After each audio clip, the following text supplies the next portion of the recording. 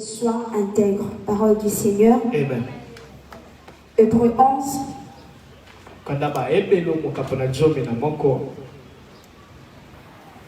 Normalement, c'est tout le chapitre, mais nous allons lire simplement le verset 32 à 33. La Bible dit, et que dirais-je encore, car le temps me manquerait pour parler de Gédéon, de Barak, de Samson, de Jephthé, de David, de Samuel et des prophètes qui par la foi vainquirent des royaumes, exercèrent la justice, obtinrent des promesses, fermèrent la gueule des lions, éteignirent la puissance du feu, échappèrent aux tranchants de l'épée, guérirent leurs maladies, furent vaillants à la guerre, mirent en fuite des armées étrangères. Parole du Seigneur, est-ce qu'on peut bien l'acclamer? Amen. Je disais, parole du Seigneur, est-ce qu'on peut bien l'acclamer? Bien l'acclamer. Alléluia. Amen. Il y a une chose que tu devais savoir, si on peut m'aider avec le fond, que lorsque l'ennemi est en train de t'attaquer, lorsque nous sommes dans le combat spirituel, ou lorsque nous voulons atteindre certains objectifs dans notre vie, l'ennemi dans l'attaque utilise la peur et l'intimidation. C'est pour te dire que malgré que tu pries, malgré que tu jeûnes, rien ne se fera dans ta vie. Il te le fait croire par les circonstances qui t'arrivent. Il te le fait croire par les gens qui t'entourent. Il te le fait croire par la situation diplomatique même du pays. Mais je suis venu t'annoncer ce matin, quel que soit le niveau de peur où l'ennemi t'a amené, quel que soit le niveau de l'intimidation que l'ennemi a fait dans ta vie, c'est toi qui seras plus que vainqueur. Il y a une chose que tu dois retenir, que nous sommes dans un battle. Nous sommes dans une guerre, nous sommes dans un combat. Et il faut que tu saches une chose, que dans ce combat, il y a un seul vainqueur. Et ce vainqueur, c'est toi. Tu n'es pas en train de combattre pour la victoire, mais tu es en train de combattre dans la victoire. Ce sont des choses qui paraissent très connues, mais peu expérimentées. Dire que Christ est mort pour toi, c'est une chose. Mais vivre Christ ressuscité, Christ glorifié en est une autre. Croire à l'étonnement est une chose. Vivre l'étonnement en est une autre.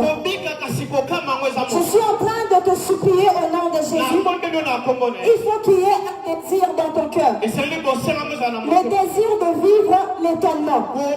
Le désir d'entrer dans le monde de l'étonnement. Parce qu'il y aura tellement de serviteurs qui vont passer. Et ceux qui sont déjà passés, si en toi-même tu ne sais pas croire que Dieu a déjà commencé à t'ouvrir des portes, tu ne feras rien. Parce que depuis le commencement de ce ministère, il y a déjà des portes qui sont ouvertes. Il y a déjà des malades qui sont guéris. Il y a déjà des gens qui sont délivrés. Et tu dois avoir cette pensée dans ta tête que je suis déjà dans la bonne voie. Jusqu'à la fin de ce séminaire, je verrai la main de Dieu. Je suis en train de te voir venir témoigner ici ce que Dieu a fait dans ta vie. Je ne suis pas en train de te dire pour que tu me dises Amen. Ce qui m'intéresse ici, c'est le résultat qui produira ce 21 jours. Ce n'est pas ton Amen qui m'intéresse, mais c'est ta délivrance qui m'intéresse. C'est ton changement qui m'importe.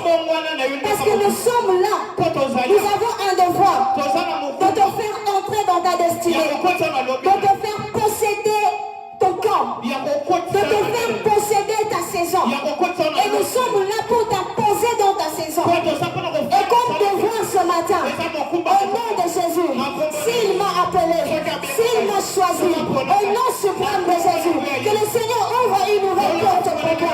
Je dis que le Seigneur ouvre une nouvelle porte pour toi. Je dis que le Seigneur ouvre une nouvelle porte pour toi. Alléluia. L'étonnement. L'étonnement. Dieu a commencé commencé à étonner le monde bien avant la fondation du monde. C'est d'abord un Dieu qui existe sans pour autant qu'on le crée. Ça c'est étonnant, n'est-ce pas? Il a créé les cieux et la terre. Par quelle puissance? Par quel mécanisme? Il a créé l'homme. Par quel mécanisme? Ça c'est étonnant. Et pour le monde de ténèbres, tu es étonnant. Parce que selon leur programme, tu ne serais plus en vie. Tu es un fantôme. C'est étonnant. Le monde entier est touché par le coronavirus. Le monde est en train de gémir. Mais qu'est-ce que tu as fait pour ne pas être touché? Tu mérites quoi en fait? Ça c'est étonnant. La grâce est étonnante. Je prie que la grâce des choses étonnantes t'accompagne cette semaine au nom de Jésus. Que la grâce des choses étonnantes t'accompagne au nom suprême de Jésus. Alléluia. Amen. Nous allons parler de quelques points pour vivre l'étonnement. Je crois que les hommes de Dieu qui sont passés avant moi ont fait un travail. Il y a une chose que j'ai retenue. Tu dois avoir la foi au service qui est en train de se passer ici.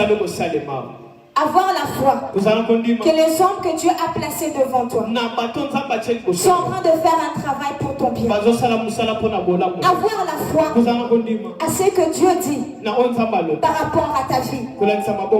C'est quoi la foi? C'est espérer contre toute espérance que El Shaddai accomplira l'impossible. Tu dois espérer contre toute espérance que El Shaddai accomplira l'impossible. Abraham s'est posé des questions dans Genèse 17. Est-ce qu'un vieillard peut encore enfanter? Est-ce qu'une femme de 90 ans peut encore concevoir? Alléluia. C'est l'impossible. C'est impossible. Mais Dieu dit à Abraham, je suis El Shaddai. Je suis El Shaddai. Je suis le maître des temps et des circonstances. C'est moi qui ai créé le corps humain. C'est moi qui répare ce qui est détruit. On m'appelle le réparateur de brèches. Même si c'était par tes erreurs, si je décide de te pardonner et de t'accorder une nouvelle chance, je le ferai.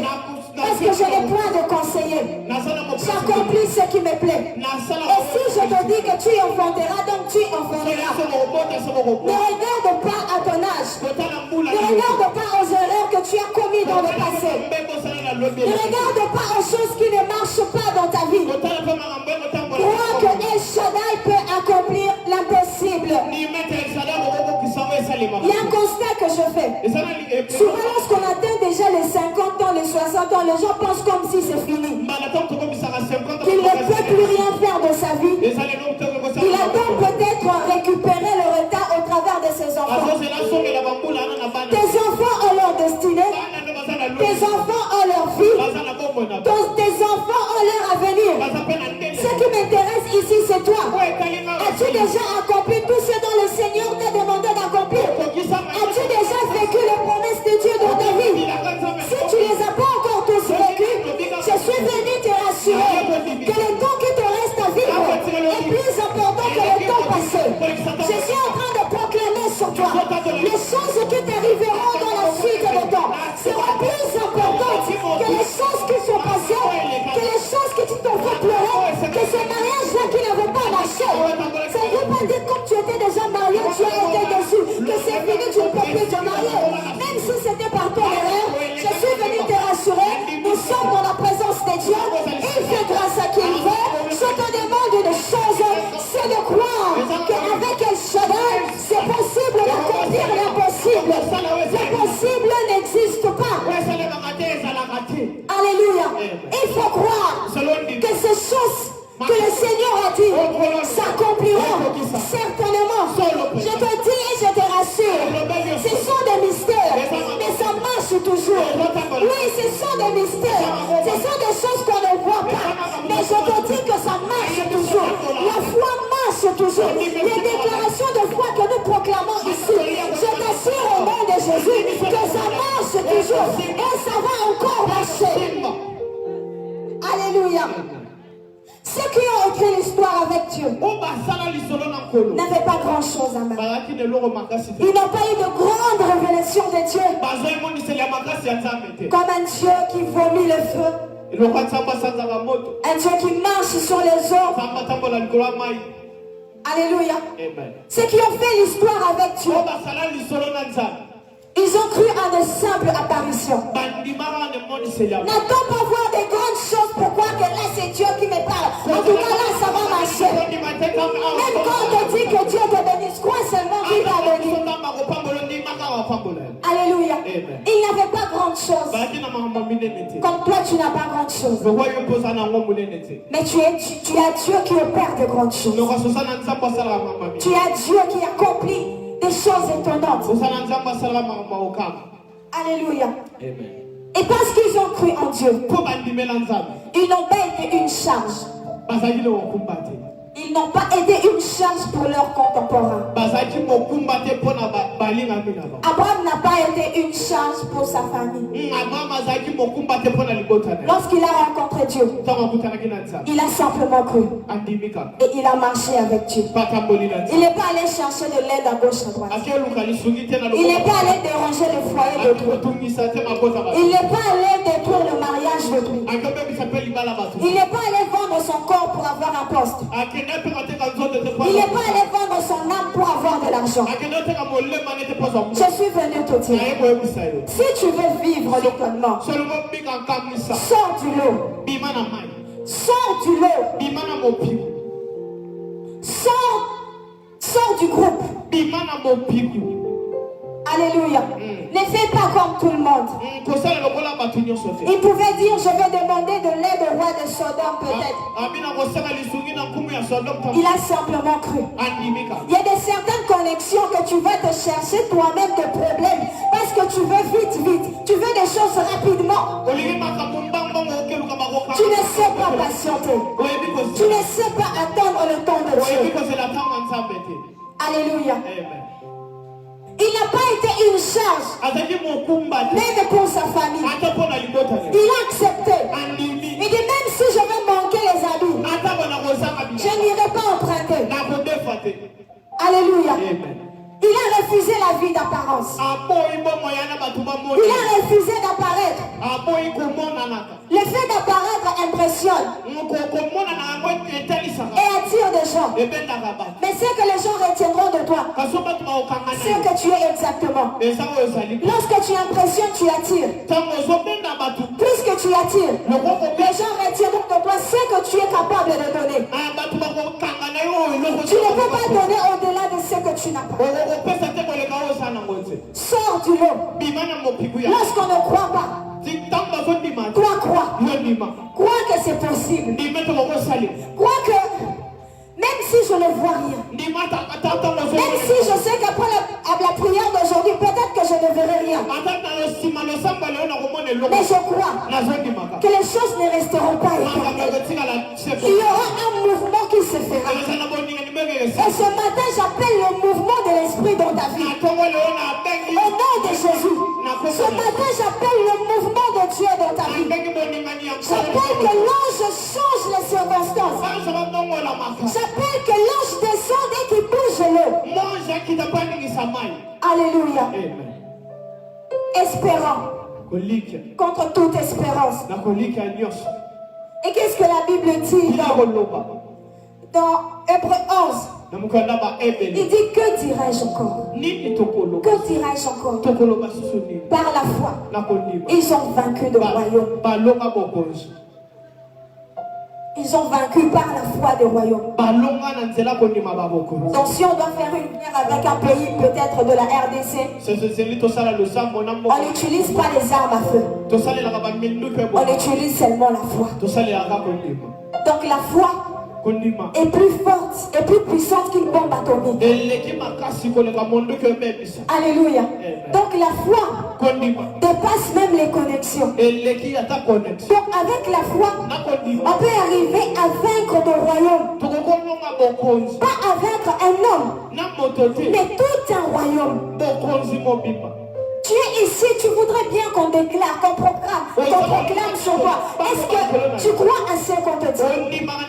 Toutes les proclamations qu'on fait à l'église, est-ce que tu crois vraiment à ça? Ou tu es dans les sensationnels? Tu es dans les sensationnels. Tu veux qu'on te bouge. Tu veux qu'on touche à tes émotions. Mais en sortant, tu sors vite. Tu sors tel que tu es entré. Ici, la Bible dit, il te sera fait selon ta foi. Il te sera fait selon ce que tu crois. Avec la foi, on est capable de vaincre le royaume. Avec la foi, je me demande, Seigneur, c'est eux qui avaient plus de foi par rapport à nous, ou ils avaient une foi, je ne sais pas. Comment expliquer cette foi-là? Comment on peut arriver à vaincre un royaume seulement parce que je crois que je vais te vaincre? Malgré les armes, malgré tes relations, malgré ta force, malgré ta puissance, mais j'arrive quand même à te vaincre. C'est pour te dire, tout ce que tu désires devenir dans ta vie, tu peux le devenir. Personne n'a le droit de devenir ce que tu dois devenir ou ce qui va t'arriver. Tout ce que tu désires atteindre dans ta vie, même si elle est sorcière dans votre famille, si tu es capable de vaincre un royaume, à combien plus forte raison une tante, à combien plus forte raison les hommes de votre quartier ou encore les hommes de votre famille. La foi est une arme invincible, non conventionnelle, qu'on ne peut pas vaincre, qu'on ne peut pas écraser. Même si j'arrive à terme, même si je vois que c'est fini, c'est vraiment fini pour moi. Oh oui, je vais arrêter de respirer. Mais si j'ai la foi, c'est possible de rebondir. Je suis venu te dire, c'est possible de rebondir. C'est possible d'avancer encore. C'est possible de rebondir. Je te dis au nom de Jésus que c'est encore possible pour toi. Ce n'est pas encore fini. Tu n'es pas encore fini. Le seul pire destin qui existe, c'est les flammes de l'enfer. Tant que tu es vivant, même si tu as péché, il est encore possible de rebondir. Alléluia. Dis-moi, tu as quelle foi? Je te dirai où tu arriveras. Alléluia. Qui pouvait croire un monsieur comme le nouveau président des États-Unis, 78 ans, président de la République. Il n'est peut-être pas Dieu comme toi. Il ne gère peut-être pas comme toi. Mais qu'est-ce qu'il fait au soir de sa vie? Un miracle se passe. Bien-aimé, crois. Même au soir de ta vie, un miracle se passera. Et tu étonneras. L'étonnement, c'est un miracle. On appelle ça miracle parce que ça ne se produit pas chez tout le monde. On appelle ça étonnement parce que Dieu n'étonne pas tout le monde. Et je suis en train de prier, sois celui par qui Dieu va étonner. Alléluia. Tu es venu ici, peut-être que tu n'as pas mangé, tu as faim, tu ne sais pas comment la semaine sera. Tu dis pas, écoute, ton avenir pour toi c'est blackout, c'est noir, tu ne vois pas. Je suis venu te dire, même si c'est noir, au bout du tunnel il y a une lumière. Au bout du tunnel, il y a une lumière. Je suis venu te rassurer qu'au bout du tunnel, il y a une lumière. Ne baisse pas les bras. Alléluia. Non, j'ai peur. Si je dois travailler là-bas, il y a des occultistes. On va demander que j'entre dans l'occultisme. Je ne veux pas travailler avec des occultistes. Tu as vécu avec les sorciers de votre famille. Est-ce que tu es mort? Depuis que tu es né, tu n'as vécu qu'avec ça. Un peu comme Moïse, grandi dans la magie. Tu avais la sorcellerie inconsciente. Tu avais la sorcellerie inconsciente. Parce que tu as vécu dans un milieu de sorciers. D'une manière ou d'une autre, on t'a utilisé. Est-ce que tu es mort? Si tu n'es pas mort, si tu n'es pas mort, si la sorcellerie de ta famille n'a pas pu arriver, bien aimé, je t'assure qu'ils sont aussi incapables d'arrêter le plan de Dieu pour ta vie. Ils sont incapables d'arrêter l'ainsi dit l'Éternel. Beaucoup ne faisons semblant d'avoir un visage sérieux lorsqu'on prêche. Oh, alléluia, le Seigneur va agir. Oui, il va. Mais quand tu rentres chez toi, toi-même à ta prière, quand tu finis de prier, tu fais, est-ce que ça va venir? Tu es nul tout. L'ennemi utilise le doute. Après avoir prêché, prié même à l'église, scellé, tu rentres à la maison. Quand tu vois une scène, toute la foi. Amen. Et tu diras que l'église n'a pas de puissance. Tu diras que l'église n'a pas de force. Il n'y a pas de fire. Je vais là où on chante. Même si tu vas chauffer, si tu n'as pas la foi, tu ne verras rien. Alléluia. Amen. Tu vaincras le royaume. Tu vaincras le royaume. Et une deuxième chose. La Bible dit ils ont exercé la justice. Ils ont exercé la justice. Non, en d'autres termes, tu rendras aux siens leur héritage.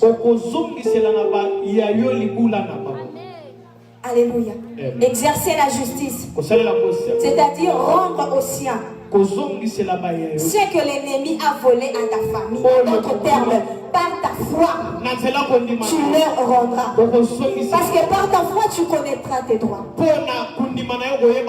Tu connaîtras que là, on ne peut pas me dominer. Tu connaîtras que là, on ne peut plus m'imposer des choses. En d'autres termes, tu exerceras ton autorité spirituelle. Tu exerceras l'autorité dont Dieu t'a confiée pour libérer ta famille. Par la foi. Des fois on dit seulement il faut avoir la foi. Oui, j'ai la foi. Non, tu n'as pas la foi parce que tu ne comprends pas c'est quoi la foi. Tu n'as pas la foi. Il faut avoir la foi maintenant. Comme je parle là, il faut avoir la foi. Je prends un exemple. Excusez-moi. Notre maman qui est là. Est-ce qu'elle peut encore espérer avoir des enfants? Parce que son âge est avancé. Elle a peut-être des petites filles. Comme je prends le cas de maman Marie, c'est ça. Elle a déjà des petites filles. Est-ce qu'elle peut encore espérer? Mais Dieu dit à maman Marie, tu vois comme tu es là, tu enfanteras, tu auras des enfants. Et ces choses arrivent. Alléluia. Amen. Et ces choses s'accomplissent. C'est ce que Dieu nous demande. C'est-à-dire quand il n'y a plus une raison de croire. Donc on croit même quand il ne faut plus croire.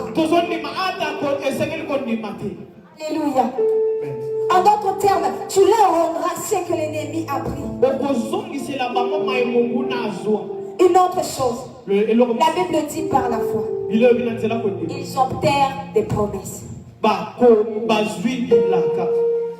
C'est-à-dire que le rêve est devenu réalité. Chacun de nous ici a un rêve. Chacun de nous ici a une promesse que le Seigneur a fait. Mais des fois, tellement qu'il y a des soucis, tellement qu'il y a des problèmes, on baisse les bras. On est fatigué parce qu'on ne voit plus. Gédéon a dit, fatigué, mais poursuivant toujours. Même si je mourrais en chemin, mais Dieu a vu que je n'avais pas l'intention de m'arrêter là. Ce sont des kamikazes en fait. Il dit de toute façon, je suis déjà mort. Je suis déjà fini. Donc laissez-moi croire pendant que je suis mort, pendant que je suis fini. Je veux voir notre foi arriver à son terme. Je veux voir notre foi accomplir de merveilles. Alléluia. Parce que quand tu as la foi, tu auras la force de prier. Tu auras la force de chercher Dieu. Tu auras la force de chercher ce que tu trouves. Tu auras la force de faire des démarches. Tu auras la force de s'aimer. Parce que tu veux voir Dieu agir. Alléluia. Parce que tu veux voir Dieu accomplir une chose. Pour te montrer que tu n'as pas la foi. Depuis qu'on a commencé les 21 jours, à moins que tu aies un travail vraiment précis qui t'empêche. Mais la plupart des gens qui ne viennent pas pendant la semaine, ils n'ont rien à faire. Mais ils s'attendent que Dieu agit. Lorsque nous allons dans la consultation, ce ne sont pas des, comment on dit, ce ne sont pas des charlatans. Alléluia. Parce que quelqu'un qui n'a pas la foi, il ne va pas prier. Il ne prendra pas sa vie en charge. Il dira simplement, je vais à la consultation, on va me voir, on va prophétiser, on va prier pour moi, on va donner les offrandes pour moi, on va donner les dîmes pour moi, on va gêner pour moi. Tu ne verras rien. Regarde Anne, l'attitude de Anne. Élie est venu simplement dire que Dieu accomplisse le désir de ton cœur. C'est la seule parole que Élie le sacrificateur a dit à Anne. Pour le reste, son cœur était déjà prêt. Il était déjà ouvert au miracle. Elle était déjà ouvert à l'étonnement. Elle attendait seulement une parole qui va déclencher l'étonnement. Je suis venu te dire ce matin, toi qui as un cœur ouvert, toi qui es déjà ouvert en esprit, je dis cela au nom de Jésus. Que le Seigneur t'accorde le désir de ton cœur. Que le Seigneur t'accorde le désir de ton cœur. Que le Seigneur casse les verrous de fer. Que le Seigneur brise les portes de rame. Que le Seigneur ouvre pour toi les frontières. Au nom suprême de Jésus. Elle était déjà ouverte. Il dit, j'ai pas besoin qu'on me pousse. Va chercher, va jeûner, va prier, va s'aimer, va donner. Moi-même, je me motive. Parce que je veux ça. Et lorsque l'homme de Dieu viendra, quand il dira que le désir de ton cœur te soit accordé, même les anges dans le ciel savent. Ah Seigneur, il faut que tu fasses. Oh Seigneur, mais regarde le niveau de sa foi. Mais Seigneur, regarde le niveau de sa foi. Seigneur, regarde comment, oh mon Dieu. Il dit Seigneur, regarde toi-même la révélation de la foi qu'elle a. En tout cas, il faut que tu fasses quelque chose. Alléluia. Sois ouvert, sois prêt à recevoir. Ne sois pas bloqué par ce que tu vis. Ne sois pas bloqué par ce qui se passe autour de toi. Tu obtiendras tes promesses. Les rêves deviendront réalité. Alléluia. Chaque personne a son couloir. Chaque personne a sa vie. L'histoire de Anne n'est pas l'histoire de Joseph. Si pour toi l'étonnement c'est l'enfantement, l'autre pour lui l'étonnement c'est vaincre Goliath. Nous n'avons pas tous les mêmes combats. Nous n'avons pas tous les mêmes destinées. À chacun sa trajectoire. Tu ne vivras pas la destinée de ton voisin. Ne t'étonne pas si aujourd'hui tu restes comme ça et que ton voisin est propulsé. Le niveau de sa foi ne se compare pas à la tienne. Alléluia. Nous n'avons pas le même combat, nous n'avons pas la même destinée. Alléluia. Ne dis pas que le panier circule encore. Ceux qui sont prêts qui vont manger le pain. Ça peut circuler, tu es distrait. Ça peut circuler au lieu de venir à l'église. Toi tu vas jouer. Le panier circule pendant ces 21 jours. Mais combien sont venus à l'église? Combien sont venus recevoir le pain? Parce qu'en sortant ici tu es venu recevoir le pain de vie. Ici tu es venu recevoir la clé de la réussite de ta vie. Comme Jésus a dit. Et où sont les autres? Alléluia. Déclarer, on va déclarer. Si ça puisque ça dépend aussi de nous, vraiment je t'assure, ta destinée, tu vas l'atteindre. Mais si tu veux que ça vienne vite, augmente ta foi. Tous les miracles que Jésus a opérés, ce n'est pas parce qu'il voulait opérer, mais parce qu'il a vu le degré de la foi. Une autre chose, lorsque tu crois, la foi c'est aussi parler le langage de Dieu. Parler le langage de Dieu, c'est-à-dire fermer la gueule du lion. Fermez la bouche des prophètes de Baal. Fermez la bouche des gens qui se lèvent la nuit pour maudire la famille, pour maudire la nation. Tu as beaucoup de combats parce que tu es un gouverneur spirituel de votre famille. Pourquoi tu as l'impression que tout le combat de ta famille c'est sur tes épaules? Parce que tu es un gouverneur spirituel. C'est toi qui contrôles les entrées et les sorties. C'est toi qui dois dire s'il y aura atterrissage ou pas. C'est toi qui dois déclarer s'il y aura des morts ou pas. Ou soit tu ne connais pas qui tu es. Même si tu as reçu Jésus aujourd'hui, il te donne son autorité de commander des choses que tu veux, des choses que tu veux voir arriver dans notre famille. Alléluia.